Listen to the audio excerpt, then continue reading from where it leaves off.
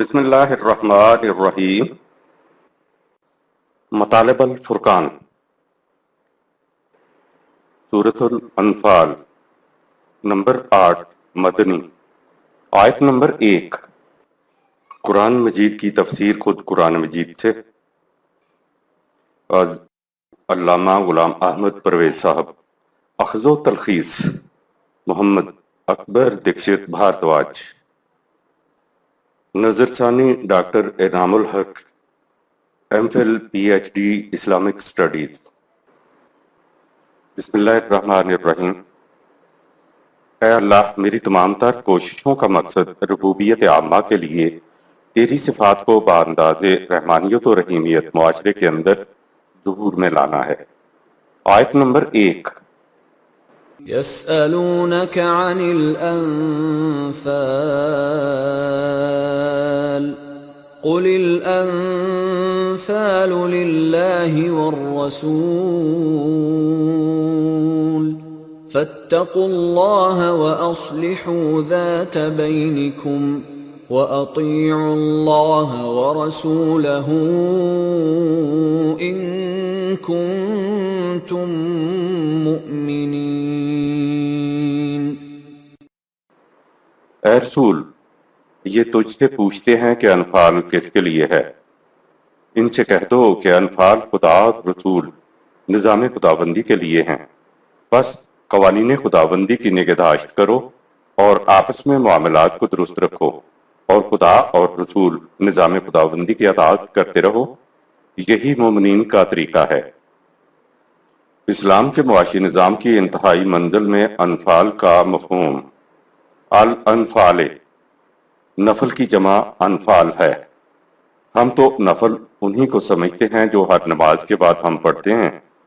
ایک یہ بھی طریقہ ہے کہ اللہ میاں سے نظر مانی جاتی ہے کہ میرا فلاں کام ہو جائے تو میں اتنے پاؤں کی نیاز دوں گا یا اتنے روپے فلاں کام کے لیے دوں گا۔ مذہب کی ذہنیت ہی کاروباری ہوتی ہے۔ کام تو ان کو روز اللہ میاں سے پڑھتے ہیں۔ دوسری ذہنیت یہ ہے کہ یہ پھر منت مانتے ہیں کہ اے اللہ، اس سودے میں مجھے 1000 روپیہ بچ جائے تو میں 100 نفل پڑھوں گا، یعنی پیسہ نہ دینا پڑے۔ گویا یہ اللہ میاں کے ساتھ ایک قسم کا سودا ہوتا ہے۔ یہی مذہب میں نفل ہوتے ہیں۔ قرآن کے معاشی پروگرام کی انتہا یہ ہے کہ وَيَسْأَلُونَكَ مَاذَا يُنْفِقُونَ، قُلِ الْعَفْوَ، سورہ 2 آیت نمبر 219۔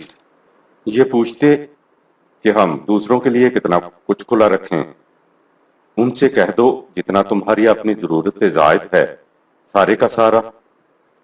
پیچھے گزری سورۃ الاعراف میں تھا خذ العفو وأمر بالعرف، سورہ 7 آیت 199۔ اے رسول، نظام خداوندی کے عملی پروگرام کی روح سے جماعت مومنین کا زائد از ضرورت مال نظام اسلامی کی تحویل میں لینے کا انتظام کرو، اور قرآنی قوانین اور اس کے حدود میں رہ کے جو جزیات باہمی مشاورت سے طے پائیں ان کو احکام کے طور پر صادر کرو۔ اس اسٹیج پر اسلام کا معاشی نظام اپنی انتہائی آخری منزل تک پہنچ گیا تھا۔ اس مرحلے میں کہا جائے گا کہ دوسروں کی ضرورت پوری کرنے کے لیے تم محنت کر کے زیادہ سے زیادہ کماؤ اور کم از کم اپنی ضرورت کے لیے رکھ کر باقی کو نظام کے حوالے کر دو، تاکہ نظام ان ضرورت مندوں کی ضرورت پوری کر سکے جن کی کمائی سے ان کی ضرورتیں پوری نہیں ہو رہی ہیں۔ یعنی اب تم انفرادی زندگی بسر نہیں کر رہے ہو، ایک اجتماعی زندگی بسر کر رہے ہو۔ اس لیے لوگوں کی ضرورت کے مطابق نظام تقسیم کرے گا۔ ایک چیز تو واجب ہوتی ہے کہ کرنا ہی کرنا ہے، دینا ہی دینا ہے۔ دوسری چیز ہوتی ہے واجب سے زیادہ دینا یا کرنا، یعنی بڑھوتی کی چیز۔ اسے عربی زبان میں نفل کہتے ہیں۔ ہم سمجھتے ہیں کہ یہ جو کہا گیا کہ زائد از ضرورت کو دے دینا چاہیے، تو اسی کے لیے یہ لفظ انفال آیا ہے۔ عام طور پر اس کے معنی مال غنیمت کے کیے جاتے ہیں۔ ہم سمجھتے ہیں کہ یہ صحیح نہیں، کیونکہ اسی صورت میں ذرا آگے چل کے غنیمت کا لفظ الگ آیا ہے، اور ایک دفعہ نہیں بہت سے مقامات پہ قرآن میں غنیمت کا لفظ آیا ہے۔ عربوں کے ہاں عام ذریعہ معاش مال غنیمت تھا۔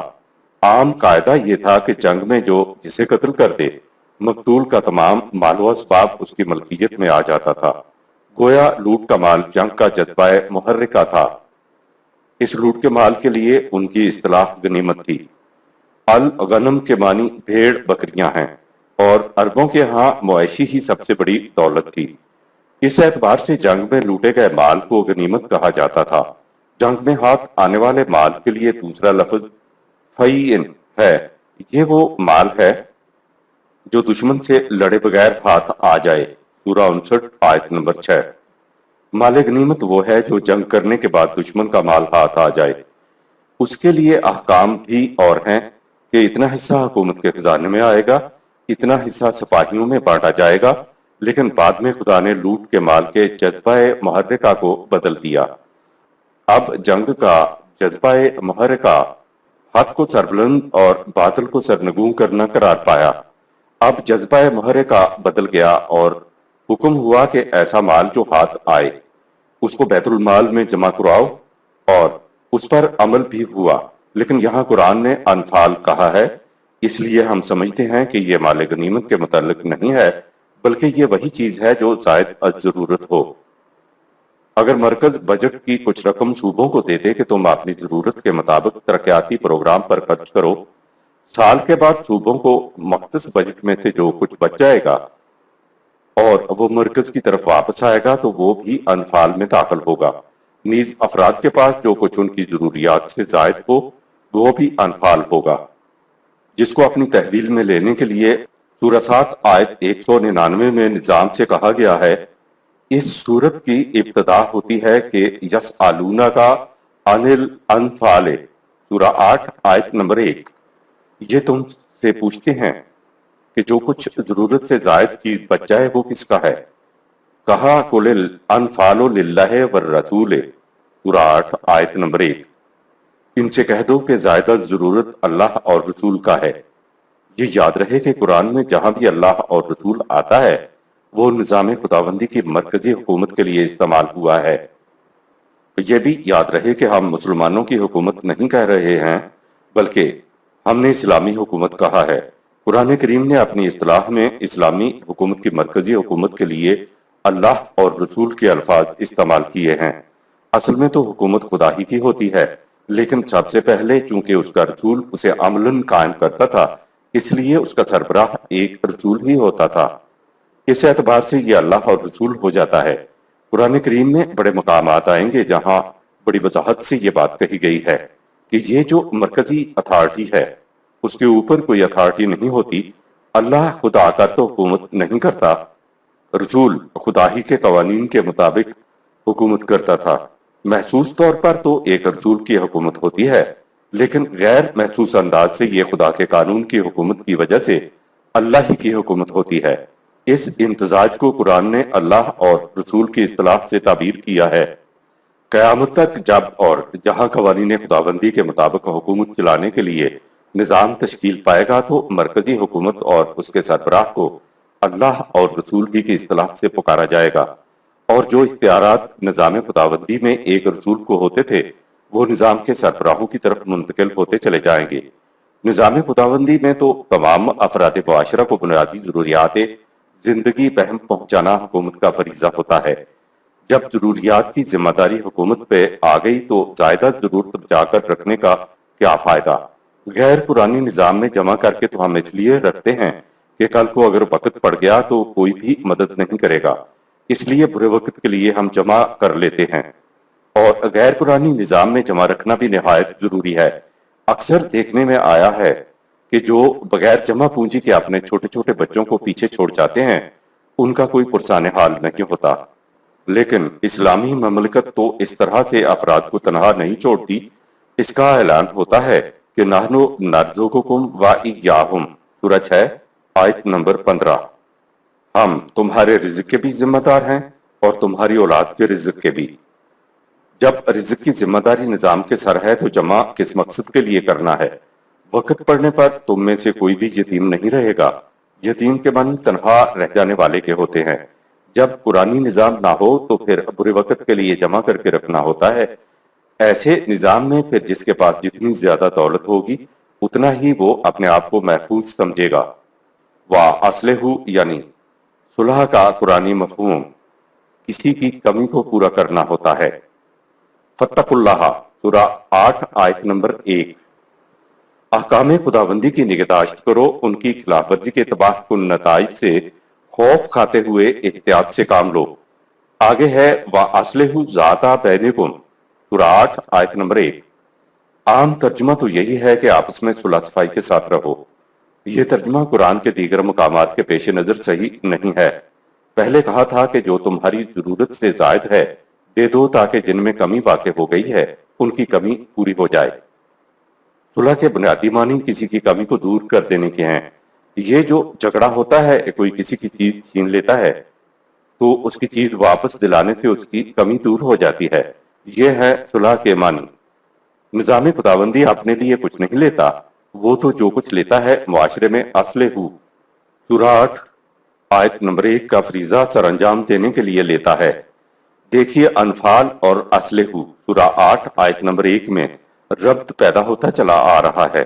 وَأَطِیعُوا اللَّهَ وَرَسُولَهُ سورہ 8 آیت نمبر 1 کا مفہوم ہم اوپر بیان کر آئے ہیں۔ رہ گیا ان کنتم مومنین سورہ 8 آیت نمبر 1۔ تو یہاں ان کی وجہ سے دو معنی ہو سکتے ہیں۔ ایک یہ کہ کیونکہ تم نے ایمان کے ساتھ ہی اس چیز کا خود اقرار کیا ہوا ہے کہ ہم انفرادی کی بجائے اجتماعی زندگی بسر کریں گے، اس واسطے نظام خداوندی کے مرکز کے احکام کی اطاعت تمہارے اوپر فرض ہے۔ اور دوسرے معنی یہ ہیں کہ اگر تم مومنوں کی سی زندگی بسر کرنا چاہتے ہو تو پھر تمہیں نظام خداوندی کی مرکزی اتھارٹی کی اطاعت کرنی پڑے گی۔ آیت نمبر 2۔ انما المؤمنون الذين اذا ذكر الله وجلت قلوبهم واذا تليت عليهم آياته زادتهم ايمانا وَإِذَا تُلِيَتْ عَلَيْهِمْ آيَاتُهُ زَادَتْهُمْ إِيمَانًا وَعَلَى رَبِّهِمْ يَتَوَكَّلُونَ۔ مومنین کی خصوصیات یہ ہے کہ نمبر 1، جب تعلیم خداوندی کا مجموعی تصور ان کے سامنے پیش کیا جاتا ہے تو خلاف ورزی سے جو تباہی آتی ہے اس کے احساس سے ان کے دل کانپ اٹھتے ہیں۔ اور نمبر 2، جب قوانین خداوندی ان کے سامنے آتے ہیں تو ان پر عمل پیرا ہونے کے خوشگوار نتائج کے تصور سے ان کا ایمان اور بڑھ جاتا ہے۔ اور نمبر 3، وہ اپنے رب کی رہنمائی پر پورا بھروسہ رکھتے ہیں۔ مومن کی زندگی کی چند اہم خصوصیات پچھلی آیت میں تھا ان کنتم مومنین سورہ 8 آیت نمبر 1، اور زیر غور آیت میں اور اس سے اگلی آیت میں مومنین کی 5 اصولی خصوصیات بتا دیں۔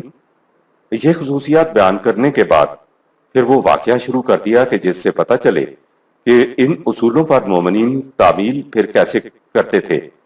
پہلی چیز تو یہ ہے کہ زائد از ضرورت کسی کے پاس نہ رہے تاکہ کسی کی ضرورت رکی نہ رہ جائے۔ اس کے بعد مومنین کا ذکر آیا ہے۔ پچھلی آیت میں تھا وَأَطِیعُوا اللَّهَ وَرَسُولَهُ إِن كُنتُم مُؤْمِنِینَ سورہ 8 آیت نمبر 1۔ مومنین کے لیے پہلی شرط وَأَطِیعُوا اللَّهَ وَرَسُولَهُ بتائی تھی کہ تم نظام خداوندی میں رہ کر ان قوانین خداوندی کی اطاعت کرو جن کا نفاذ اس کے مرکز کی طرف سے ہوتا ہے، جسے خدا اور رسول کہا گیا ہے۔ ان کنتم مومنین سورہ 8 آیت نمبر 1 کے بارے میں آیت زیر غور میں کہا انما المومنون سورہ 8 آیت نمبر 2۔ آؤ تمہیں بتائیں کہ مومنین کی خصوصیات کیا ہیں۔ کہا انما المومنون الذین اذا ذکر اللہ وجلت قلوبہم سورہ 8 آیت نمبر 2۔ دو چیزیں بتائی کہ جب بھی قوانین خداوندی کی اجمالی یا مجموعی حیثیت سے بات ہو کہ جو نظام خدا کی متعین کردہ اقدار اور اصولوں کے مطابق چلے گا تو مومن وہ ہے کہ جس کے اندر ان اقدار کی نمود ہو اور وہ اپنے معاملات میں ہمیشہ یہ ملحوظ رکھیں کہ اقدار خداوندی کیا کہتی ہیں۔ واجلت قلوبہم سورہ 8 آیت نمبر 2۔ عام ترجمہ تو یہ ہے کہ دل میں گھٹاؤ پیدا ہوتا ہے یا دل نرم ہو جاتا ہے۔ پہلی چیز یہ ہے کہ دل ریسیپٹیو ہو جاتا ہے، یعنی مائل بے قبولیت ہو جاتا ہے۔ بات سننے کی طرف مائل ہو جاتا ہے، سرکشی موڈ نہیں رہتا، یعنی جھکاؤ کا موڈ بن جاتا ہے۔ یہ ہے معنی دل کا گداز ہو جانا یا نرم ہو جانے کے۔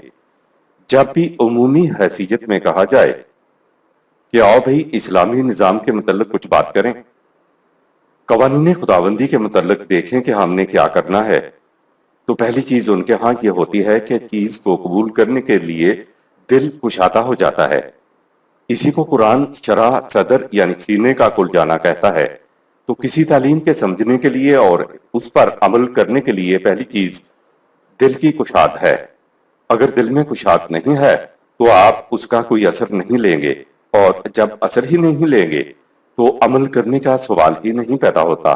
مومنین کے سامنے قوانین خداوندی کے تذکرے سے جو ان کی کیفیت ہوتی ہے وہ ہے واجلت قلوبہم، سورہ 8 آیت نمبر 2۔ یہ ہے دل و دماغ کو کھلا رکھنا۔ وَإِذَا تُلِيَتْ عَلَيْهِمْ آیَاتُهُ، سورہ 8 آیت نمبر 2۔ اور پھر جب احکام خداوندی ان کے سامنے پیش کیے جاتے ہیں تو راستے میں آنے والی تکالیف و مصائب اور جنگ کے خطرات کو محسوس کر کے ان کا ایمان کمزور نہیں پڑ جاتا، بلکہ زادتہم ایمانا، سورہ 8 آیت نمبر 2، ان کا ایمان اور بڑھ جاتا ہے، یعنی ایمان مستحکم ہو جاتا، نصب العین کی طرف بڑھنے کا عزم اور راسخ ہو جاتا ہے۔ آگے ہے وَعَلَىٰ رَبِّهِمْ يَتَوَكَّلُونَ، اپنے رب کے قوانین پر ان کا اعتماد اور زیادہ ہو جاتا ہے۔ آیت نمبر 3۔ الذين يقيمون الصلاة ومما رزقناهم ينفقون، یہ لوگ نظام صلاۃ، نظام خداوندی قائم کرتے ہیں اور سامان نشو و نما جو ان کو ملا ہے اسے انسانوں کی پرورش کے لیے کھلا رکھتے ہیں۔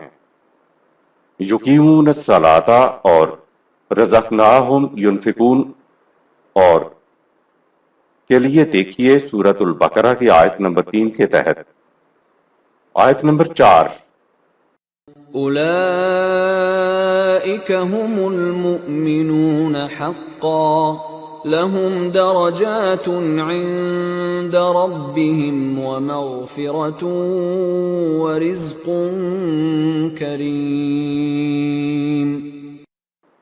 یہ ہیں پکے اور سچے مومن، ان کے رب کے ہاں ان کے مدارج بلند ہیں اور ان کے لیے سامان حفاظت اور باعزت رزق کی فراوانی ہے۔ مومنین حقہ بننے کے لیے خدا کے دسترخوان سے روٹی حاصل کرنی ہوتی ہے۔ نظام خداوندی کی یہ ساری تفاصیل اور جماعت مومنین کی خصوصیات کے ذکر سے مقصد یہ ہے کہ نظام خداوندی قائم کیا جائے، پوری محنت سے کمایا جائے اور اس میں سے بقدر ضرورت رکھ کر باقی سارا نظام کی تحویل میں دے دیا جائے۔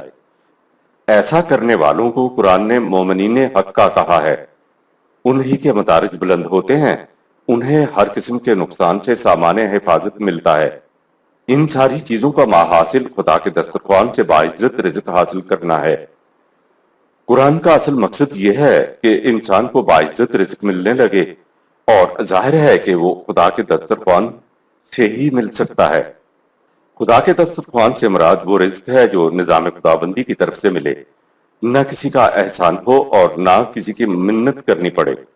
ایسی حالت ہو تو پھر ہی انسان کہلانے کا مستحق ہوتا ہے۔ دوسرے نظام روٹی تو دیتے ہیں لیکن اس کے بدلے میں جان ہی نکال لیتے ہیں، یعنی ذلیل و خوار کر دیتے ہیں۔ مومنین حقہ کے اس اجمالی تعارف کو قرآن مبہم نہیں چھوڑ دیتا۔ آگے قرآن جنگ بدر کا واقعہ بیان کرتا ہے۔ اس واقعہ میں مومنین حقہ کون ہیں اس کی مثالیں بھی آئیں گی اور بات اور نکھر کر سامنے آئے گی کہ مومنین حقہ کون ہیں۔ مثلا سورہ 8 آیت نمبر 74، آیت نمبر 5۔ كما أخرجك ربك من بيتك بالحق وإن فريقا من المؤمنين لكارهون۔ اے رسول، تم اپنے نشو و نما دینے والے کے پروگرام کے مطابق بالحق دشمن کے مقابلے کے لیے گھر سے مدینہ سے باہر نکلے تو مومنین کا ایک گروہ ایسا بھی تھا جو مشورہ کے وقت جنگ کرنے کی خاطر باہر نکلنے کے حق میں نہیں تھا۔ ہجرت اور جنگ بدر کا پس منظر۔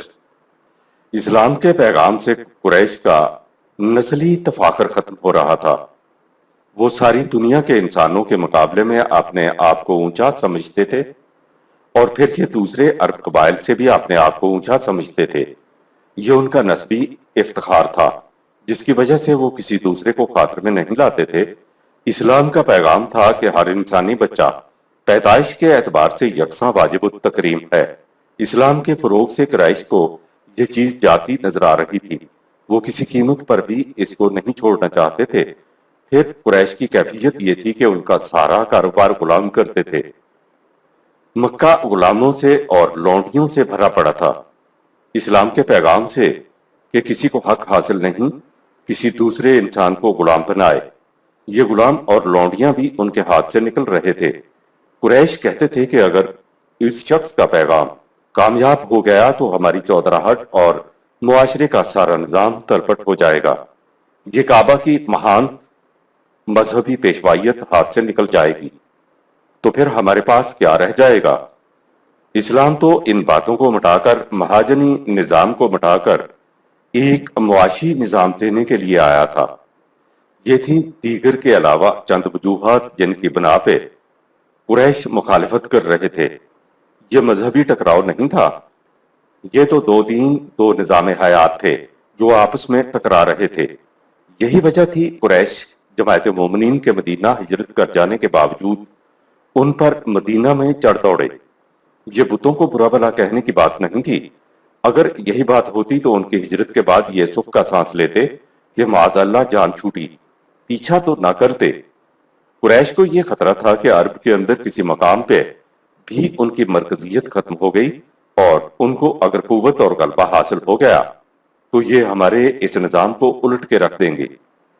رسول اللہ صلی اللہ علیہ وسلم نے کہہ رکھا تھا کہ ہمارا اور ہمارے دین کا مرکز کعبہ ہوگا۔ یہ خطرہ قریش کے سر پر ہر وقت منڈلاتا رہتا تھا۔ یہ وجہ تھی کہ قریش جماعت مومنین اور نبی اکرم صلی اللہ علیہ وسلم کو عرب کے کسی خطہ میں بستا نہیں دیکھ سکتے تھے۔ رسول کی ہجرت کا بنیادی مقصد ایک آزاد فضا میں قرآنی حکومت کا قیام ہونا تھا، اور یہ قریش کے لیے خطرے کی گھنٹی تھی، کیونکہ اسلام کی دعوت کی طرف آنے والے زیادہ تر لوگ معاشرے کے چھوٹے لوگ تھے۔ اس لیے قریش کے نزدیک سوال پیدا نہیں ہو سکتا تھا کہ وہ سر اپھار سکیں۔ قریش کے بلند ترین قبائل میں سے حضرت عثمان رضی اللہ تعالی عنہ، حضرت عمر رضی اللہ تعالی عنہ اور حضرت عبد الرحمن بن عوف رضی اللہ تعالی عنہ پر بھی ان کے گھر والوں نے بڑی سختیاں کی تھیں۔ ہجرت کوئی فرار نہیں تھا، بلکہ رسول اللہ صلی اللہ علیہ وسلم نے جان لیا تھا کہ اللہ کے پیغام کے مطابق حکومت مکہ میں قائم نہیں ہو سکتی۔ نبی اکرم صلی اللہ علیہ وسلم کو نظام اسلام کے لیے سازگار خطہ مدینہ کی سرزمین دکھائی دی تو آپ صلی اللہ علیہ وسلم اس طرف اپنے ساتھیوں کے ساتھ ہجرت کر گئے۔ قریش سمجھ گئے تھے کہ یہاں تو ہم نے انہیں ابھرنے نہیں دیا، لیکن مدینہ میں ان کے ابھرنے کے سارے سامان موجود ہیں۔ وہ کہتے تھے کہ انہیں کہیں بھی ابھرنے نہیں دیں گے۔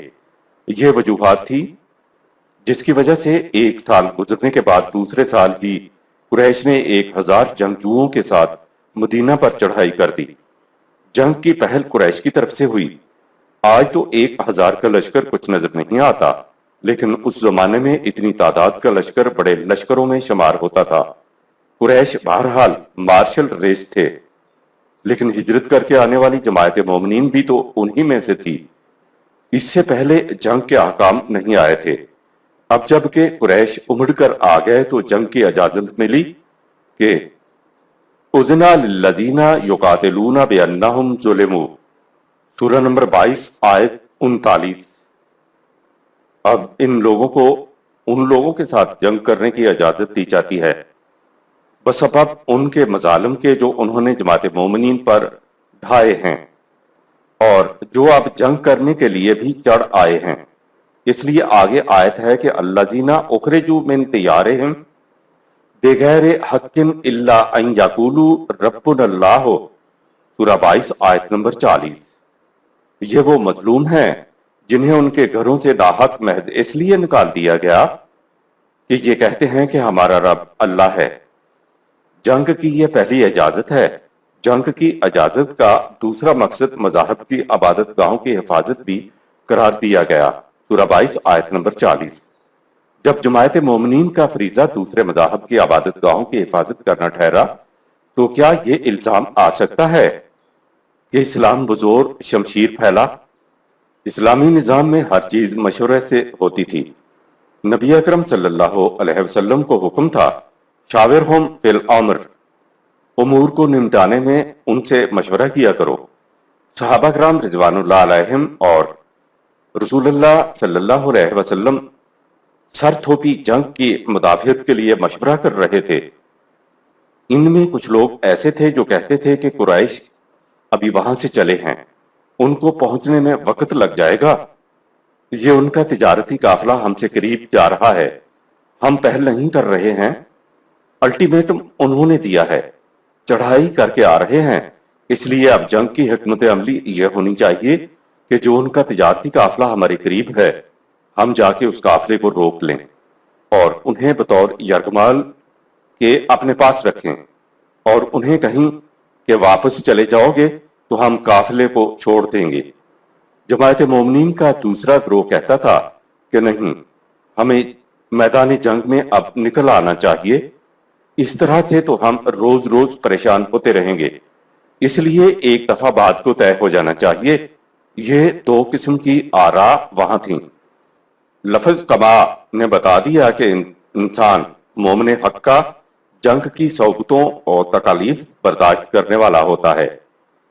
ہم آیت زیر غور میں آئے ہوئے لفظ کما سورت 8 آیت نمبر 5 جس طرح سے کی طرف آتے ہیں، پچھلی آیت میں تھا اولئکا ھم المؤمنون حقا، سورہ 8 آیت نمبر 4 کہ یہ مومنین حقا ہیں، اور اس آیت میں کہا کما۔ اب معلوم ہوا کہ یقیمون الصلاۃ ومما رزقناہم ینفقون، سورہ 8 آیت نمبر 3 صرف نماز پڑھنے اور خیرات دینے سے ہی مومن حقا نہیں بنتا، مومن حقا کما سے بنتے ہیں۔ اور کما کے بعد جنگ بدر کی بات شروع ہوئی ہے کہ اے رسول، خدا نے تمہیں تمہارے گھروں سے حق کے ساتھ باہر نکالا ہے۔ خدا نے کس طرح نکالا؟ جس آیت میں سب سے پہلے میدان جنگ میں جانے کی اجازت دی گئی تھی، سورہ 22 آیت نمبر 39۔ اس کو اپنے سامنے لائیے۔ خدا نے نکالا سے مراد یہ ہے کہ میدان جنگ میں جانے کی اجازت تمہیں مل چکی تھی، اور اسی اجازت کے تحت تم جنگ میں جانے کے لیے اپنے گھروں سے نکلے ہو۔ بتا دیا کہ تمہارا گھروں سے نکلنا بالحق، سورہ 8 آیت نمبر 5 ہے۔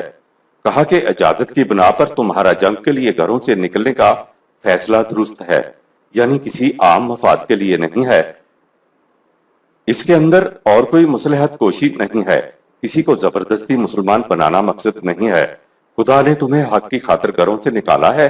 میدان جنگ میں جانے کے لیے مشورہ کے دوران دو مختلف آراء کا ذکر قرآن نے یوں کیا کہ مومنین کا ایک گروہ ایسا بھی تھا جو مشورہ کے وقت جنگ کرنے کی خاطر باہر نکلنے کے حق میں نہیں تھا۔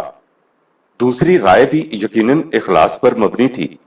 لفظ لا کارہون، سورہ 8 آیت نمبر 5 کا مطلب یہ نہیں کہ وہ میدان جنگ میں جانا پسند نہیں کرتے تھے اور اپنی جان بچانا چاہتے تھے، بلکہ بات یہ تھی کہ وہ دوسری رائے کو پسند کر رہے تھے۔ یہ بات اگلی آیت میں آ رہی ہے، آیت نمبر 6۔ يجادلونك في الحق بعدما تبين كأنما يساقون إلى الموت وهم ينظرون۔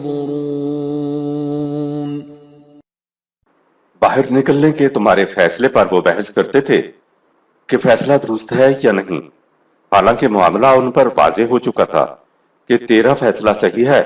ان کا خیال تھا کہ ان حالات میں شہر سے باہر نکلنا دیدہ و دانستہ اپنے آپ کو موت کی طرف ہانک کر لے جانے والی بات ہوگی۔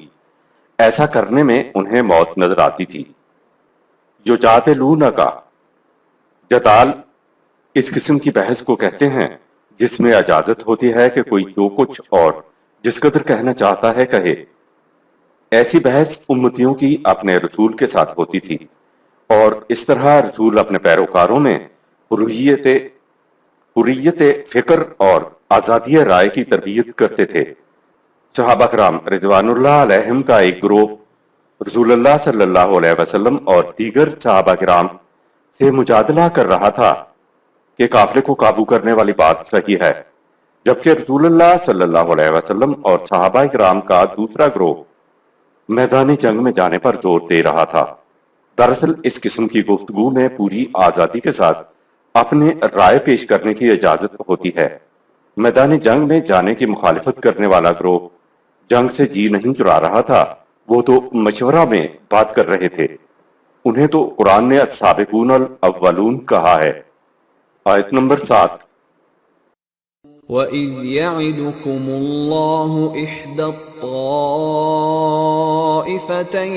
أَنَّهَا لَكُمْ وَتَوَدُّونَ أَنَّ غَيْرَ ذَاتِ الشَّوْكَةِ تَكُونُ لَكُمْ وَيُرِيدُ اللَّهُ أَن يُحِقَّ الْحَقَّ بِكَلِمَاتِهِ وَيَقْطَعَ دَابِرَ الْكَافِرِينَ۔ آگے بڑھنے سے اندازہ ہوا کہ اللہ کے وعدے کے مطابق فریق مقابل کے دو گروہوں میں سے ایک پر تم ضرور غالب آ جاؤ گے۔ جماعت مومنین چاہتی تھی کہ ٹکراؤ غیر مسلح گروہ سے ہو، لیکن اللہ چاہتا تھا کہ تمہارا مقابلہ مسلح لشکر کے ساتھ ہو، تاکہ ثابت ہو جائے کہ حق باطل پر غالب آیا کرتا ہے اور حق کا انکار کرنے والوں کی جڑ کٹ جایا کرتی ہے۔ وعدہ اللہ کے قانون کو کہتے ہیں۔ قوموں کو مرگے بے شرف اور مرگے پاشرف میں سے کسی ایک کا انتخاب بالآخر کرنا ہی پڑتا ہے۔ جماعت مومنین کا ایک گروہ مشورہ دے رہا تھا کہ ہمیں قافلے کو روکنا چاہیے کیونکہ ان کے پاس اسلحہ نہیں ہے اور اسلحہ ہمارے پاس بھی نہیں ہے۔ ان حالات میں ہم قافلے کو تو روک لیں گے، میدان جنگ میں ایک اتنی عظیم فوج کا مقابلہ نہیں کر سکیں گے۔ دیکھ رہے ہیں کہ قرآن کس طرح دونوں سائیڈ کو سامنے لا رہا ہے، لیکن یہ نہیں کہا کہ ان کے دل میں کوئی کھوٹ تھا اور وہ کسی اور مقصد سے کہہ رہے تھے، بلکہ نہیں، وہ جدال میں بات کر رہے تھے۔ خدا یہ چاہتا تھا کہ اب ثابت کیا جائے کہ جو قوم اس کے قانون کے مطابق اٹھتی ہے وہ ہمیشہ غالب آتی ہے، اور اس کا قانون یہ ہے کہ جماعت مومنین کا ایک ایک فرد 10 کے اوپر بھاری ہوگا۔ خدا نے چاہا کہ اس قانون کی صداقت کی شہادت میدان بدر بن جائے۔ قریش کی طرف سے دھمکیاں، تخویف اور ترہیب آخر کب تک چلیں گی؟ لہٰذا اب تم اپنی جانیں دے کر حق کو حق ثابت کرو۔ حق کو حق ثابت کرنے کے لیے جان کی قربانی ایک بڑی عظیم حقیقت ہے۔ اب وہ مقام آ گیا تھا کہ میدان جنگ میں جان دے کر مومن حقہ ہونے کا ثبوت فراہم کیا جائے، کیونکہ خدا حق کو متمکن کرنا چاہتا تھا۔ خدا کے رسول نے بتایا کہ خدا یہ چاہتا ہے تو سب جنگ کے لیے تیار ہو گئے۔ آیت نمبر 8۔ لِيُحِقَّ الْحَقَّ وَيُبْطِلَ الْبَاطِلَ وَلَوْ كَرِهَ الْمُجْرِمُونَ۔ تاکہ اس طرح حق حق بن کر اور باطل باطل بن کر دنیا کے سامنے آ جائے، خواہ مجرمین پر یہ بات کیسی ہی ناگوار کیوں نہ گزرے، یعنی حق و باطل کے ٹکراؤ کے نتیجے میں مجرمین پر کیسے ہی ناگوار اثرات کیوں نہ پڑیں۔ آیت نمبر 9۔ إِذْ تَسْتَغِيثُونَ رَبَّكُمْ فَاسْتَجَابَ لَكُمْ أَنِّي مُمِدُّكُمْ بِأَلْفٍ مِّنَ الْمَلَائِكَةِ مُرْدِفِينَ۔ تم خدا سے فتح و نصرت کی دعائیں مانگ رہے تھے، تو اللہ نے تمہاری فریاد سن لی اور کہا اگر دشمن کا لشکر 1000 ہے تو گھبراؤ نہیں، میں تمہاری مدد 1000 ملائکہ سے کروں گا، جو گروہ در گروہ لگاتار مدد کے لیے آئیں گے، لیکن وہ تمہیں نظر نہیں آئیں گے۔ انبیاء کرام باطل نظام کو کھیڑ کر حق نظام قائم کرنے آیا کرتے تھے۔ پیغامبران انقلاب نمازیں پڑھانے نہیں آیا کرتے تھے، یہ جنگ لڑنے آیا کرتے ہیں۔ ہر جنگ میں سپہ سالار رسول ہی ہوا کرتا تھا۔ اس اعتبار سے حضور صلی اللہ علیہ وسلم اس جنگ کے سپہ سالار تھے۔ یہ الگ بات ہے کہ اسلام کے نظام کے اندر سپہ سالار یا گورنر یا پریزیڈنٹ یا سربراہ مملکت نماز پڑھایا کرتا تھا۔ امام تو ہر زندگی کے شعبے میں امام ہوتا ہے۔ بدر کے میدان میں صفیں آراستہ ہو گئیں اور سامنے ایک مسلح لشکر جرار تھا۔ 313 افراد کی جماعت، ہتھیار بھی پورے پاس نہیں۔ جنگ کا بگل بجتا ہے تو آپ صلی اللہ علیہ وسلم ایک طرف تنہائی میں چلے گئے اور وہاں جا کے ننگے سر بحضور رب العزت فریاد کی۔ آپ اتنے محو فریاد تھے کہ حضور صلی اللہ علیہ وسلم کی چادر مبارک آپ صلی اللہ علیہ وسلم کے شانے سے ڈھلک ڈھلک کے نیچے اتر رہی تھی۔ آپ صلی اللہ علیہ وسلم کہہ رہے تھے، یا اللہ، اے رب کائنات، تو دیکھ رہا ہے کہ یہی 313 ساری متاع اس کائنات میں تیرے نام لینے والوں کی ہے، جن کو لے کے میں تیرے حکم کے مطابق اس میدان میں آ گیا ہوں۔ میں اپنے لیے کچھ نہیں کہہ رہا، ان کے لیے کچھ نہیں کہہ رہا، بس اتنی سی بات کہہ رہا ہوں کہ اگر یہ جماعت آج اس میدان میں ختم ہو گئی اور میں ہوں بھی آخری رسول، تو پھر قیامت تک تیرا نام لینے والا کوئی نہیں رہے گا۔ یہ تھی وہ عظیم فریاد۔ یہ قرآن کہہ رہا ہے کہ اذ تستغیثون ربکم فاستجاب لکم، سورہ 8 آیت نمبر 9۔ تم خدا سے فتح و نصرت کی دعائیں مانگ رہے تھے، سو اللہ نے تمہاری فریاد سن لی اور کہا اگر دشمن کا لشکر 1000 ہے تو گھبراؤ نہیں، میں تمہاری مدد 1000 ملائکہ سے کروں گا جو گروہ در گروہ لگاتار مدد کے لیے آئیں گے۔ بدر کے میدان میں فرشتوں کے اترنے کے معاملے کی نوعیت، ملائکہ نے جو کچھ جماعت مومنین کے ساتھ کیا، ثم انزل اللہ سکینتہ علی رسولہ وعلی المؤمنین وانزل جنودا لم تروها، سورہ 9 آیت نمبر 26۔ بلاخر اللہ نے مومنین اور اپنے رسول کے دل میں سکون پیدا کر دیا۔ اس مقصد کے لیے وہ لشکر اتارا جنہیں تم آنکھوں سے نہیں دیکھ سکتے تھے۔ دراصل اطمینان قلب کی دولت انسان میں ایک نفسیاتی تغیر پیدا کر دیتی ہے جس سے قدم جم جاتے ہیں۔ آیت میں میدان جنگ میں ملائکہ کے اترنے سے ہمارے ہاں کہا جاتا ہے کہ ہم تو بندہ بشر ہیں، اب ہم کفار کا مقابلہ کیسے کر سکتے ہیں؟ ان کے لیے تو خدا فرشتے بھیج دیتا تھا۔ تو جو کچھ وہاں میدان بدر میں ہوا وہ فرشتوں نے آ کے کیا، اور ساتھ ہی ثبوت میں اس قسم کی آیات بھی پیش کر دیتے ہیں کہ دیکھ لو لکھا ہوا ہے۔ انہی آیات کی روح سے ہمارے بہت سے لوگوں نے بتایا کہ سن 1965 عیسوی کی جنگ کے اندر راوی کے دریا پہ وہ سفید گھوڑیوں والے اور سرخ اماموں والے آ رہے تھے۔ ہندو ادھر سے گولا پھینکتے تھے، یہ گولا ہاتھ میں لے کے اس کو دریا میں ڈبو دیتے تھے اور بتاتے تھے کہ یہی بات واگا کے سرحد کے اوپر بھی دیکھی گئی، ملائکہ کے متعلق 3 مرتبہ، سورہ 9 آیت نمبر 26، سورہ 9 آیت نمبر 40 اور سورہ 33 آیت نمبر 39۔ قرآن حکیم نے فرمایا ہے کہ اے رسول تو ان کو دیکھ نہیں سکتا۔ قرآن یہ کہہ رہا ہے اور ہمارے ہاں کہا جا رہا ہے کہ انہوں نے اپنی آنکھوں سے دیکھا تھا۔ کیا واقعی لاہور کے لوگ راوی کے کنارے کھڑے انہیں دیکھ رہے تھے؟ اس زمانے میں کتنے ہی افسانے تراشے گئے تھے۔ یہ بھی کہا گیا کہ خود نبی اکرم صلی اللہ علیہ وسلم جنگ لڑنے کے لیے تشریف لائے ہوئے تھے۔ جب سن 1971 عیسوی میں جنگ ہوئی تو سفید گھوڑی والے اور سرخ امامے والے مدد کے لیے نہیں آئے۔ جب فتح ہوئی تو وہ سارے آ گئے، جب شکست ہوئی تو کوئی نہ آیا۔ آیت نمبر 10۔ وما جعله الله إلا بشرى ولتطمئن به قلوبكم وما النصر إلا من عند الله إن الله عزيز حكيم۔ ہوا یہ کہ وقت سے پہلے اللہ نے نصرت کے وعدے کو تمہارے لیے خوشخبری بنا دیا تاکہ تمہیں اطمینان قلب نصیب ہو جائے، اور فتح و نصرت صرف خدا کے قانون کے مطابق ہی ملتی ہے۔ بے شک اللہ کے فتح و نصرت والے قانون میں قوت اور تدبیر دونوں موجود ہوتی ہیں۔ ساری بات یہ تھی کہ آنے والے ملائکہ نے دلوں کو اطمینان سے بھر دیا تھا۔ اس سے صحابہ کرام رضوان اللہ علیہم کے دل میں ایک نفسیاتی تغیر، فزیولوجیکل چینج پیدا ہوا اور جماعت مومنین کے قدم جم گئے۔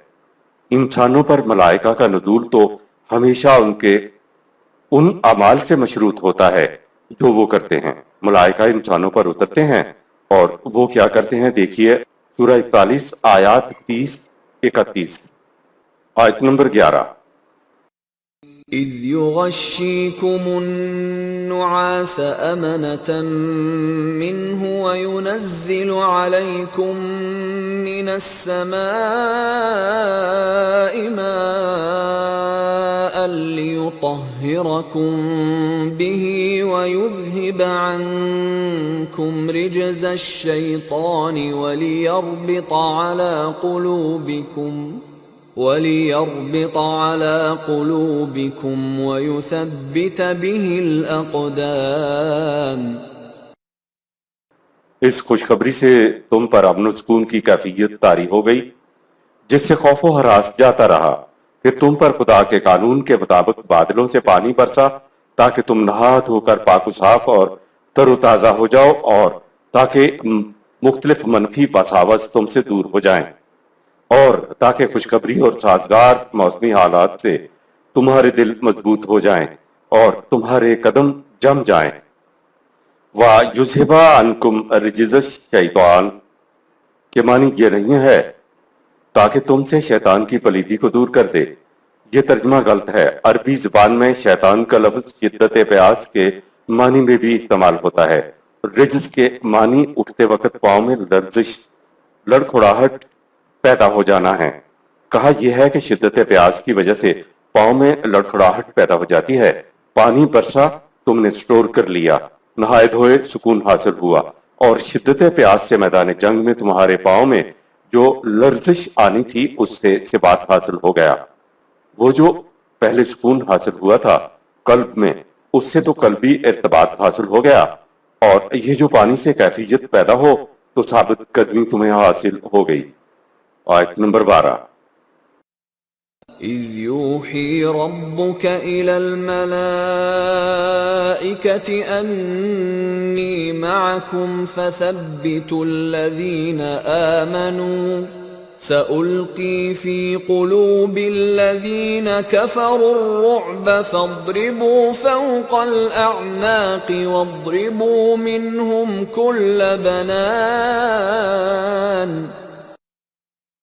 ایسے میں تیرے رب نے ملائکہ سے کہا میری تائید و نصرت جماعت مومنین کے ساتھ ہے، تم ان کے دلوں میں اطمینان و سکون برقرار رکھ کر انہیں ثابت قدمی عطا کر دو۔ مومنین کی ثابت قدمی سے میرے قانون کے مطابق مخالفین کے دل میں مومنین کا رعب طاری ہو جائے گا۔ سو اے جماعت مومنین، تم مخالفین کی گردنیں اڑاؤ اور ان کی قوت و گرفت کے تمام اسباب و ذرائع کو تہز نہز کر دو۔ اِذْ یُوحِی رَبُّکَ إِلَى الْمَلَائِکَةِ أَنِّی مَعَکُم، سورہ 8 آیت نمبر 12۔ ہم نے ملائکہ سے کہہ دیا کہ ہم اس جماعت کے ساتھ ہیں۔ عام طور پر کہا جاتا ہے کہ اللہ تعالیٰ نے فرشتوں سے کہا کہ ہم تمہارے ساتھ ہیں، یعنی فرشتوں کو یہ پتہ ہی نہیں تھا کہ اللہ ہمارے ساتھ ہوتا ہے۔ مَعَکُم کہہ کر بتایا یہ گیا ہے کہ ہماری نصرت جماعت مومنین کے ساتھ ہے۔ جو بھی اس کے قانون کے مطابق قدم اٹھاتا ہے اس کے قانون کی مخفی قوتیں بھی ساتھ ہوتی ہیں۔ فَثَبِّتُوا الَّذِينَ آمَنُوا، سورہ 8 آیت نمبر 12۔ ملائکہ سے کہا کہ ایمان لانے والوں کے قلوب کو مضطرب اور بےتاب نہ ہونے دو۔ یہ تھا جو فرشتوں نے کیا تھا۔ جب انسان جم کر کھڑا ہو جائے، پسپا ہونے کا نام نہ لے، تو مخالفت پر تو روب پڑ ہی جاتا ہے، اور جہاں مخالفت میں کمزوری آئی ثابت قدم جھپٹ کر وار کرتا ہے۔ یہ یاد رہے کہ نہ تو ملائکہ نے تلوار چلائی اور نہ کسی کی گردن اڑائی تھی۔ جو کچھ کیا صحابہ کرام رضوان اللہ علیہم نے کیا تھا۔ آیت نمبر 13۔ ذلك بأنهم شاقوا الله ورسوله ومن يشاقق الله ورسوله فإن الله شديد العقاب۔ ان کو اس لیے بھی سزا دو کہ یہ لوگ اللہ اور اس کے رسول نظام خداوندی کی مخالفت میں اٹھے ہیں، اور جو لوگ بھی خدا اور رسول کی مخالفت کریں گے تو خدا کا قانون مکافات ان کو دنیا و آخرت میں سخت سزا دے گا، شدید العقاب۔ اس نے بتا دیا کہ تم میدان جنگ سے بھاگ بھی جاؤ گے تو بھی معاملہ ختم نہیں ہوگا، تمہارا پیچھا کیا جائے گا۔ آیت نمبر 14۔ ذَلِكُمْ فَذُوقُوهُ وَأَنَّ لِلْكَافِرِينَ عَذَابَ النَّارِ۔ ان سے کہا جائے گا یہ تمہارے اعمال کی سزا ہے، سو اس کا مزہ چکھو، اور جب اور جہاں بھی قانون خداوندی کی مخالفت کرنے والے ہوں گے ان کے لیے اسی قسم کا تباہ کرنے والا عذاب ہوگا، بشرطے کے مقابلہ میں میدان میں جماعت مومنین بھی ہو۔ آیت نمبر 15۔ يا أيها الذين آمنوا إذا لقيتم الذين كفروا زحفا فلا تولوهم الأدبار۔ اے ایمان والو، جب بھی تمہارا مقابلہ دشمن کی فوج سے ہو تو انہیں پیٹ نہ دکھانا، یعنی معاملے سے منہ نہ موڑنا۔ وہ جو پہلے کما سورہ 8 آیت نمبر 5 آیا تھا، اب سمجھ میں آیا کہ یوں مومن حقہ بنتے ہیں۔ حالات خوشحالی کے نہیں تھے، تعداد میں بھی تھوڑے تھے، اسلحہ میں بھی کم تھے، لیکن پھر بھی ان حالات میں صحابہ کرام ثابت قدم رہے۔ یوں بنتے ہیں مومنین حقہ۔ آیت نمبر 16۔ ومن يولهم يومئذ دبره إلا متحرفا لقتال أو متحيزا إلى فئة فقد باء بغضب من الله ومأواه جهنم وبئس المصير۔ یاد رکھو جو ایسے وقت میں پیٹھ دکھائے گا وہ خدا کے عذاب کا مستحق بن جائے گا اور سیدھا تباہی و بربادی کے جہنم میں جا گرے گا، اور وہ بہت برا ٹھکانہ ہے۔ ہاں، مگر جو جنگ کی مصلحت کی بنا پر اپنا پینترا بدلے یا اپنے ساتھیوں کی طرف پلٹنے کی خاطر اپنے مقام سے ادھر ادھر ہو جائے تو اس کا کوئی مذائقہ نہیں ہے۔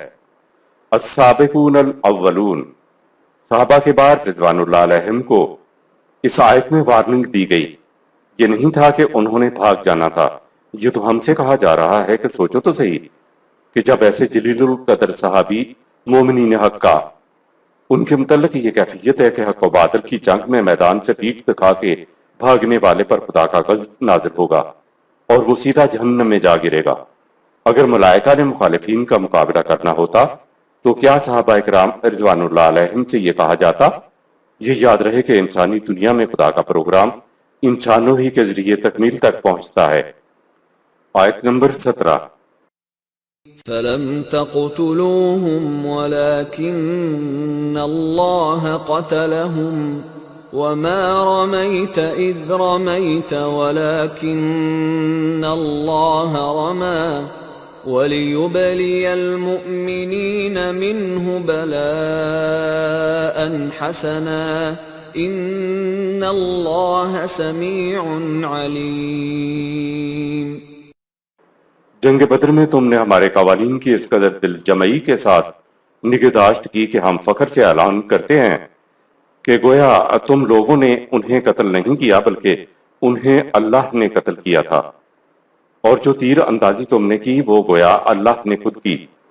تم نے ہمارے قوانین کے مطابق قتل کیا تو اس کی ذمہ داری ہم قبول کرتے ہیں، اور خدا نے جنگ کا حکم اس لیے دیا تھا کہ جماعت مومنین کے جوہر نمایاں ہو کر ان کے سامنے آ جائیں کہ قانون خداوندی کی رفاقت کے ساتھ مومنین کیا کچھ کر سکتے ہیں۔ بے شک اللہ کا قانون مکافات سب کچھ سنتا ہے اور سب کچھ جانتا ہے۔ جو کام قوانین خداوندی یا اس کی عطا کردہ صلاحیتوں کے مطابق کیے جائیں انہیں خدا اپنی طرف منسوب کر لیتا ہے۔ انسان جو کام قوانین خداوندی کے مطابق یا اس کی عطا کردہ صلاحیت کی بنا پر سر انجام دیتا ہے تو انسان کے لیے ایسے اعمال کو اللہ تعالیٰ اپنی طرف منسوب کر لیتا ہے، کیونکہ جو کچھ انسان نے کیا وہ خدا کے قانون کے مطابق اور اجازت سے کیا۔ مثال کے طور پر پولیس ملک کے قوانین کے مطابق ڈاکوؤں کو قتل کر دے تو ملک کا وزیر اعظم سپاہیوں کا حوصلہ بڑھانے اور ان کو شاباش دینے کے لیے کہہ سکتا ہے کہ ڈاکوؤں کو پولیس نے نہیں قتل کیا بلکہ ان کو میں نے قتل کیا، کیونکہ اس تمام عمل میں ہمارے سپاہیوں نے ہمارے قانون کی ذرہ بھر بھی خلاف ورزی نہیں کی۔ انسانی دنیا میں جو ذمہ داریاں انسان سر انجام دیتا ہے خدا انہیں وہ اپنی طرف منسوب کر لیتا ہے، بشرطے کہ وہ ذمہ داری اس کے قانون کو پیش نظر رکھ کر ادا کی گئی ہو۔ اس آیت میں اللہ تعالیٰ صحابہ کرام رضوان اللہ علیہم کو سرٹیفکیٹ عطا فرما رہا ہے کہ تم نے اپنے جذبات کو الگ رکھ کر ہمارے قانون کی مکمل پاسداری کی ہے۔ دراصل بات یہ ہے کہ خدا کے تیر نبی اکرم صلی اللہ علیہ وسلم کی کمان کے بغیر نشان منزل تک پہنچ ہی نہیں سکتے تھے، یعنی انسانی دنیا میں خدا کا پروگرام انسانوں ہی کے ہاتھوں پورا ہوتا ہے۔ قوانین خداوندی کے مطابق فریضہ کی ادائیگی میں انسان کی خدا کے ساتھ بہت بڑی رفاقت ہے کہ تلوار انسان چلائے اور خدا اسے اپنی طرف منسوب کر لے، اور تیر انسان چلائے اور خدا کہے کہ تیر ہم نے چلائے۔ اب بھی خدا کے ترکش تھیلے میں تیر ختم نہیں ہو گئے ہیں، بس کمی ہے تو انسانی ہاتھوں کی ہے، جس کی وجہ سے خدا کے ترکش میں تیر بیکار پڑے ہیں۔ یہ جو کہا جاتا ہے کہ رسول اللہ صلی اللہ علیہ وسلم نے مٹھی بھر خاک جو کافروں کی طرف پھینکی تو ان کی آنکھوں میں پڑ گئی، تو یہ غلط ہے۔ ما رمیتا از رمیتا کے معنی تیر چلانے کے ہوتے ہیں، بلاؤن کے معنی آزمائش نہیں بلکہ کچھ ایسا کام کرنا جس سے پوشیدہ جوہر ابھر کر سامنے آ جائیں، اس لیے اس مارکہ کو بلاؤن حسنن کہا گیا ہے۔ آیت نمبر 18۔ ذَلِكُمْ وَأَنَّ اللَّهَ مُوهِنُ كَيْدِ الْكَافِرِينَ۔ یہ فتح تو تمہارے سامنے ہے، اس کے بعد اللہ ان مخالفین کی ساری تدبیریں ناکام کر دینے والا ہے، کیونکہ اب ہماری منشا ہماری پارٹی کے ذریعے پوری ہوگی۔ کفر کی جتنی تدبیریں ہوتی ہیں وہ قائد دن ہی ہوتی ہیں، یعنی خفیہ چالیں ہوتی ہیں۔ آیت نمبر 19۔ إن تستفتحوا فقد جاءكم الفتح وإن تنتهوا فهو خير لكم وإن تعودوا نعد ولن تغني عنكم فئتكم شيئا ولو كثرت وَأَنَّ اللَّهَ مَعَ الْمُؤْمِنِينَ۔ اے مخالفین، تم یہی چاہتے تھے نا کہ تمہارے اور تمہارے درمیان دو ٹوک فیصلہ ہو جائے، تو اس جنگ میں تم نے نتیجہ دیکھ لیا، لہٰذا اگر تم اب بھی نظام خداوندی کی مخالفت سے باز آ جاؤ تو تمہارے لیے بہتر ہے، لیکن اگر تم پھر پلٹ کر جنگ کے لیے آؤ گے تو ہماری پارٹی بھی مقابلہ کے لیے آ جائیں گے اور تمہارا بھاری لشکر تمہارے کسی کام نہ آئے گا، یہ اس لیے کہ خدا کا قانون جماعت مومنین کے ساتھ ہے۔ جنگ کی اجازت میں پہل کرنے کی اجازت نہیں ہے، جبکہ فرض جنگ میں پہل کرنا فریضہ ہے۔ جنگ کی اجازت ملی تو مدینہ پر حملہ آوروں سے مدافعت میں جنگ ہوئی اور مسلمانوں کو فتح ہوئی۔ یہاں کہیں نہیں کہا گیا کہ اس فتح کے بعد ہم انتقام لینے کے لیے اس کے بعد بھی ہم جنگ میں پہل کریں گے، کہا یہ کہ اگر تم رک گئے تو یہ تمہارے ہی لیے بہتر ہے، لیکن اگر تم نے پھر حملہ کیا تو ہمیں بھی مجبوراً پھر ویسا ہی کرنا پڑے گا جیسا اب کیا ہے۔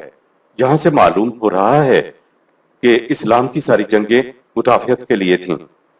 مدافعانہ جنگ کی تو یہ کیفیت ہے کہ دشمن خود حملہ کر کے آ جائے تو انہیں مٹانے کے لیے اپنی حفاظت کے لیے جنگ کرنا پڑ جاتا ہے۔ دوسرے مقام پہ ایک اور جنگ ہے جس کو جماعت مومنین کا فریضہ قرار دے کر پہل کرنے کا حکم دیا گیا ہے وہ ہے ہجرت کے بعد مکہ کے اندر رہ جانے والے جنہیں روک لیا گیا تھا ان کی حالت زار پر قرآن کریم اہل مدینہ کو ان کی حفاظت کے لیے کارروائی کرنے کا حکم دیتا ہے۔ کیفیت یہ تھی کہ مرد مدینہ آ گئے اور ان کے خاندان کے افراد بیوی بچے وہاں رہ گئے۔ ان لوگوں پر اہل مکہ مظالم توڑتے تھے۔ جب مدینہ میں مسلمانوں کے نظام نے طاقت پکڑ لی تو انہیں کہا کہ اے مدینہ کے مسلمانوں، تم سنتے نہیں ہو کہ مکے میں رہ جانے والے ضعیف اور ناتوان مسلمانوں پر کس قدر مظالم توڑے جا رہے ہیں، اور وہ ہم سے فریاد کر رہے ہیں کہ یا اللہ ہماری مدد کر اور اس ظالم بستی سے ہم کو نکال، یا کوئی ہمارا حمایتی اور مددگار مقرر کر دے جو ہماری یہاں حفاظت کر سکے۔ مکہ کے مسلمان خدا سے فریاد کر رہے ہیں۔ خدا مدینہ کے مسلمانوں سے کہہ رہا ہے کہ کیا تم ان کی فریاد نہیں سنتے ہو جو ہم سے کہہ رہے ہیں؟ تم ان کی حفاظت کے لیے کیوں نہیں اٹھتے؟ مدافعانہ جنگ کی اجازت دی گئی تو اس میں پہل کرنے کے لیے نہیں کہا گیا، اور اس دوسری قسم کی جنگ میں جنگ کو فرض قرار دے دیا گیا کہ تم جہاں کہیں سے بھی مظلوموں کی آواز سنو اور وہ مدد کے لیے پکاریں تو تم اٹھ کر ان کی حفاظت کی خاطر جنگ کرو۔ جنگ کے سلسلہ میں ان دو اہم پہلوؤں کو پیش نظر رکھنا ضروری ہے۔ اگر دیکھا جائے تو یہ دوسری قسم کی جنگ بھی مدافعانہ ہی ہے، لیکن یہ جنگ اپنی مدافعت کے لیے نہیں ہے بلکہ مظلوم کی مدافعت اور حفاظت کے لیے ہے۔ تو گویا ایک جنگ اپنی مدافعت کے لیے ہے جس میں پہل نہیں کرنا، اور دوسری قسم کی جنگ مظلوموں کی مدافعت کے لیے ہے جس میں پہل کرنا ہے۔ صدر اول میں جتنی جنگیں ہوئیں وہ انہی تو مقاصد کے لیے تھیں، یعنی اپنی مدافعت کے لیے اور مظلوموں کی مدافعت کے لیے، تاکہ مظلوم محفوظ ہو جائیں۔ دونوں قسم کی جنگوں کے احکام قیامت تک رہیں گے، انہیں کوئی منسوخ نہیں کر سکتا، یہ ابدی احکام ہیں۔ جب اور جہاں بھی مسلمانوں کی مملکت کو مٹانے کے لیے کوئی قوم اٹھے گی، مدافعت کے لیے جنگ کی جائے گی، یا دنیا میں کہیں بھی مظلوم کی آواز اٹھے گی، چاہے وہ مظلوم مسلمان ہو یا غیر مسلم، ان کی حفاظت کے لیے مسلمانوں کو جان دینی ہوگی۔ یہ دونوں قسم کی جنگیں دراصل مدافعانہ ہیں۔ ایسی صورت بھی ہو سکتی ہے کہ کسی قوم کی مخالفانہ کارروائیوں سے تمہارے اندر ضعف آ جائے، کمزوری آ جائے، چاہے وہ تم پر حملہ آور نہ بھی ہو، تو ایسے حالات میں اپنی حفاظت اور مدافعت کے لیے بھی جنگ کی اجازت ہوگی۔ یہ بھی یاد رہے کہ جو مدد کے لیے خدا کو پکار رہا ہے تو اس کا مطلب یہ ہوگا کہ وہ مسلمانوں کو پکار رہا ہے، جیسے مکہ میں گھرے مسلمانوں کا معاملہ ہم اوپر بیان کر آئے ہیں، جہاں سے معلوم ہو گیا کہ جب خدا کو پکارا جاتا ہے تو خدا کس طرح مدد کو پہنچتا ہے، یعنی انسانوں پر مشتمل اپنی پارٹی کے ذریعے سے، نہ کہ فرشتوں کے ذریعے سے۔ خدا کو پکارنے کا مطلب خدا کے قانون کو پکارنا ہے۔ خدا کے قوانین کی علمبردار زمین پر حزب اللہ ہوتی ہے، لہٰذا خدا کو پکارنے کا مطلب حزب اللہ کو پکارنا ہے۔ آج ظالم کے ہاتھ کو روکنے والا کوئی نہیں ہے، تو اس کا مطلب یہ ہے کہ آج حزب اللہ دنیا میں موجود نہیں ہے۔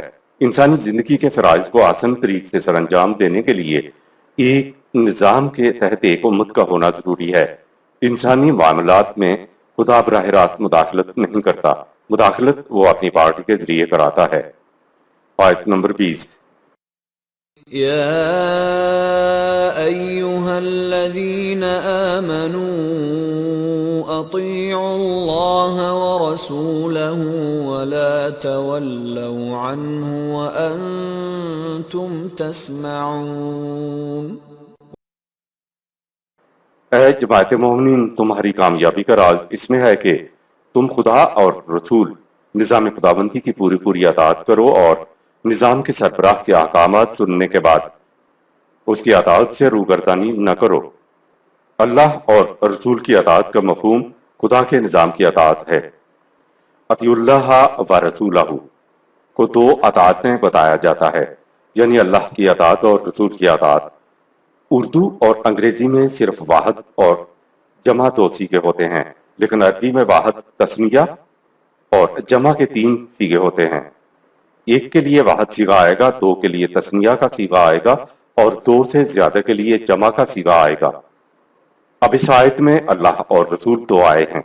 قاعدے کے مطابق 2 کے لیے فعل یا ضمیر، پروناؤن یا ورب کے لیے تثنیہ کا صیغہ آنا چاہیے، لیکن قرآن کریم میں جہاں بھی یہ اللہ رسول آیا ہے اس کے بعد ہمیشہ ضمیر واحد آئی ہے اور ہمیشہ فعل واحد آیا ہے۔ واحد کا صیغہ آنے کی وجہ سے یہ دو کی بجائے ایک ہی اطاعت ہے، جسے آپ الدین کہتے ہیں، جسے آپ نظام مملکت کہتے ہیں۔ وہ ویسے تو ایک سربراہ اور بہت سے اولی الامر پر مشتمل ہوتا ہے، لیکن نظام اپنی حیثیت میں ایک اکائی ہوتا ہے۔ قرآن نے اللہ اور رسول کے لیے ضمیر اور فعل کے لیے صیغہ واحد استعمال کیا ہے، تو اللہ اور رسول سے مراد ایک نظام ہے، نہ کہ اللہ کی اطاعت قرآن کی روح سے اور رسول کی اطاعت احادیث کی روح سے۔ قطعاً یہ دو اطاعتیں نہیں ہیں، بلکہ نظام خداوندی کی ایک ہی اطاعت ہے۔ اب دیکھیے اللہ اور رسول تثنیہ کے لیے ان ہو سورہ 8 آیت نمبر 20 کی ضمیر واحد ہے، جو اس بات پر دلالت کرتی ہے کہ اللہ اور رسول دو نہیں ہیں، بلکہ اس سے ایک نظام خداوندی مراد ہے، اور ظاہر ہے کہ ہر نظام کا ایک سربراہ بھی ہوا کرتا ہے۔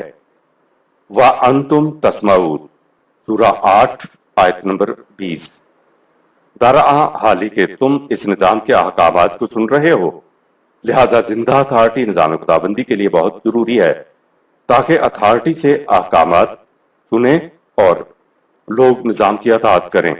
اگر اللہ اور رسول کو الگ الگ سمجھا جائے تو نہ تو ہم اللہ سے براہ راست سن سکتے ہیں اور نہ رسول کے دنیا سے گزر جانے کے بعد اس سے براہ راست سن سکتے ہیں۔